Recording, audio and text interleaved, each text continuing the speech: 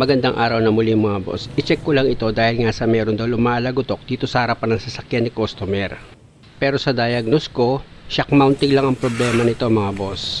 Ayan o, tingnan nyo. Nakanganga na. Pag ganyan mga boss, yung rubber niyan, kalbo na. Wala na yung pinaka-tray niya, kaya ang nangyayari, nagkakaroon na siya ng lagotok.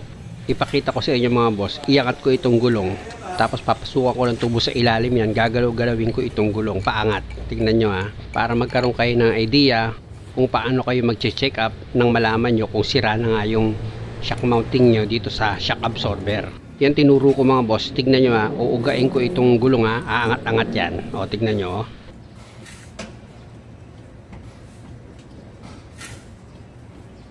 Yan yung dahilan kaya pag nalulubak kayo, nakakarinig kayo ng lagotok. Ganyan talaga mga boss, pag lumuwag na itong shock mounting, kakalug-kalug na yan. Kaya pag ganyan mga boss, palitan nyo lang itong rubber mounting nya. Nakita nyo mga boss, tinanggal ko yung cover. Tapos, ayan naman yung nut na luluwagan nyo. Gagamit lang naman kayo ng backstreet sa number 17 sa pagluwag nyan. Siyempre, ang pinakapangontra nyo naman dyan, dito sa piston ng shock absorber, lalagyan nyo sa ibabaw ng Allen wrench yan. Pero, sprayan nyo muna ng penetrating oil para mas madali nyong maluwagan yung nut. Kahit babaran nyo muna yan ng 10 minutes bago nyo siya luwagan.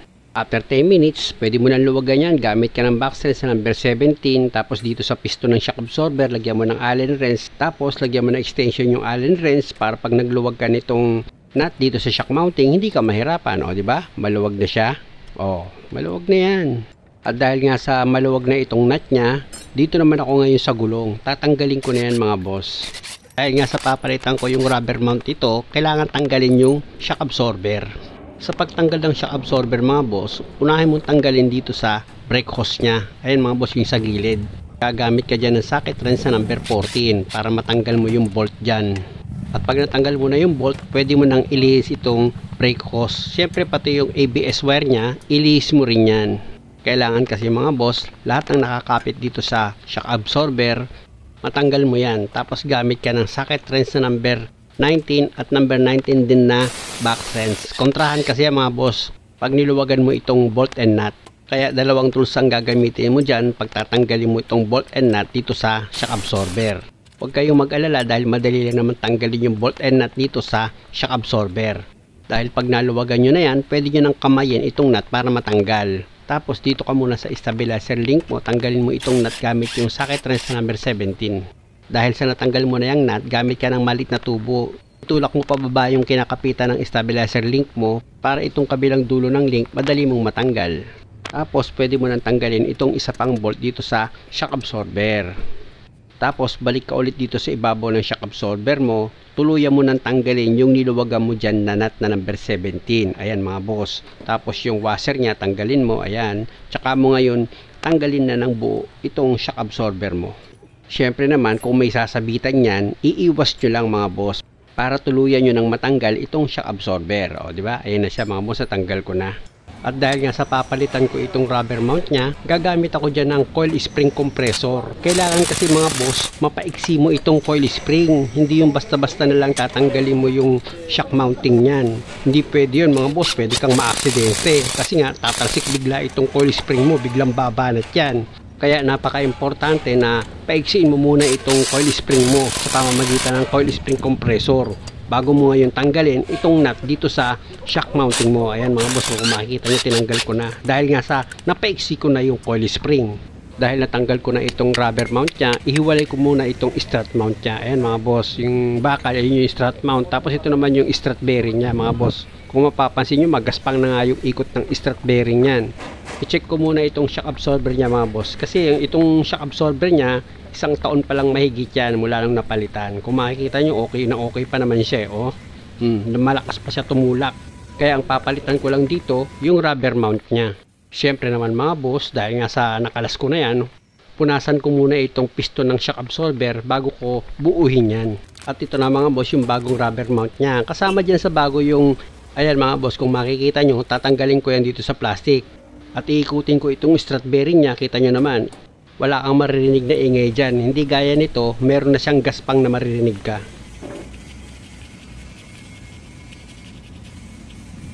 Kaya nga pag malakas yung pandinig mo, maririnig mo yan pag lubiliko ka.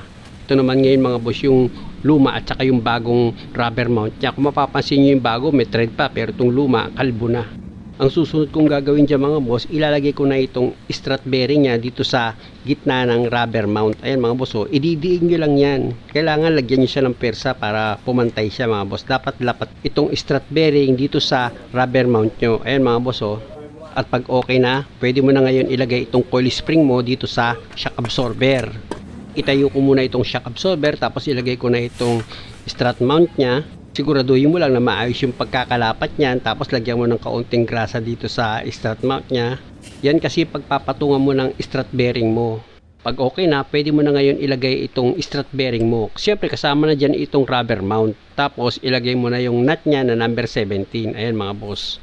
Ipakapit nyo muna yan sa thread nya, at pag naipakapit nyo na, gamitan nyo na yan ng impact wrench nyo. Siguraduhin yung maayos yung pagkakahigpit nyo yan mga boss, hindi pwedeng maluwag yan. Baka sabihin nyo na lang na kapapalit ko lang pero may lagutok agad. Possible nun maluwag yung nut dyan pag ganun. At pag okay na, pwede mo na ngayon tanggalin yung dalawang coil spring compressor dito sa coil spring.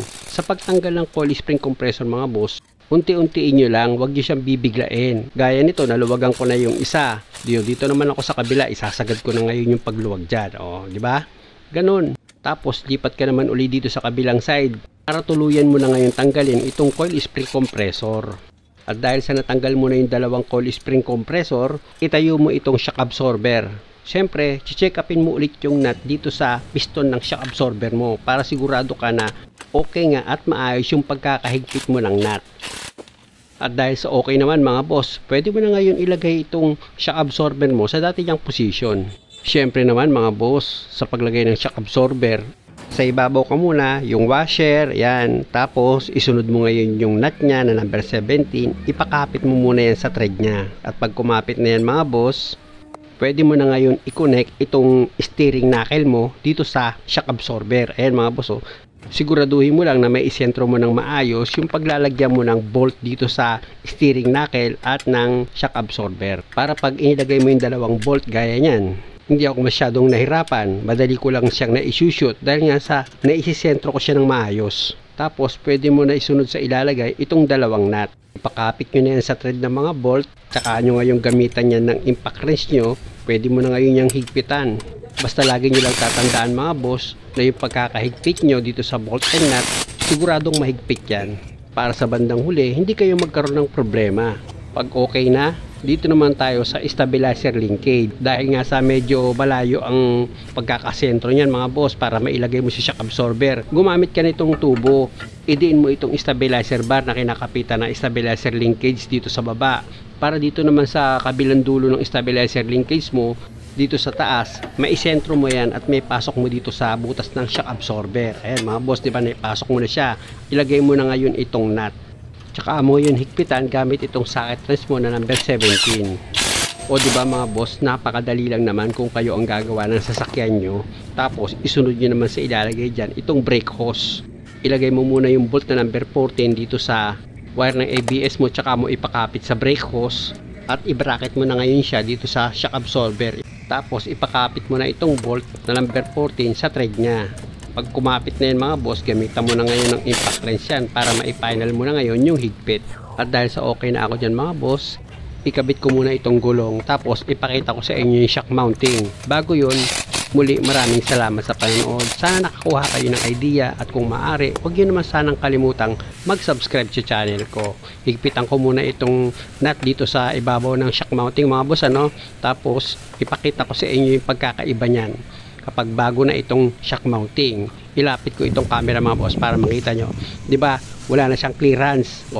Ito yung hindi ko pa napapalitan sa kabilang side, pero pinalitan ko rin yan. Diba, nakanganga siya, may puwang. Kaya nga pag nalubak daw si customer, meron siyang naririnig na lagutok. Muli, maraming salamat.